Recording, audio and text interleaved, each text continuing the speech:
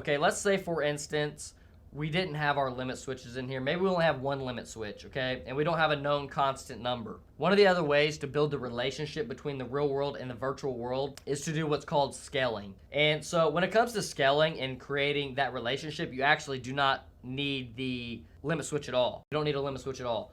But what you do need is the measurements of each cog in the system. So you have to do like some mechanical engineering type of math and essentially find out what the diameters of each one of your cogs are, how many cogs you have in the system, do you have pulleys, and there's quite a bit of math that goes into that part of it. And majority of the time, if I have to deal with something like that, I'm gonna have a mechanical engineer spit the numbers out for me and give me the gear ratios. That's essentially what you're looking for, is the gear ratios of the system. So after you get a gear ratio and you know you have like a 50-to-1, you can now convert that pulse code count in what's called scaling to get you a known distance. So going back to the encoder, that way whenever we travel, 1 foot, it knows that we've traveled 1 foot because we've traveled 1,000 pulse counts. Now, that may be different.